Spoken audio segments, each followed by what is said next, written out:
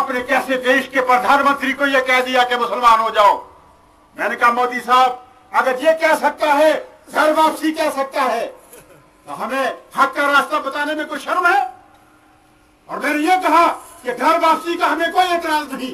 अगर एक खुदा हो, एक रसूल हो, एक किताब हो, तो घर वापसी पे हमें कोई एतराज है, लेकिन घर वापसी का कोई ठिकाना तो होना चाहिए।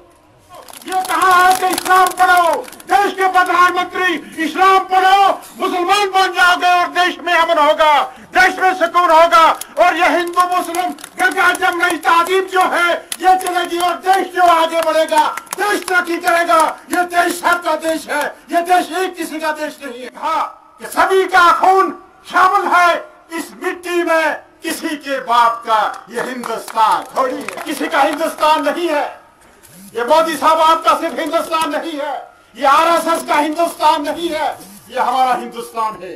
हमारे आबा अजदाद ने यहाँ कुर्बानियां दी हैं। ये पीडीपी और बीजेपी जो है ये फिलवातिया बीजेपी की औलाद है। फिर आगे चल के ये पता चला कि नहीं, बीजेपी की नहीं बल्कि आरएसएस की औलाद है। और आज सजाद गनी लोन की शक्ल में आरएसएस का एक आदमी तैयार हो गया है जम्मू कश्मीर को तोड़ने के लिए।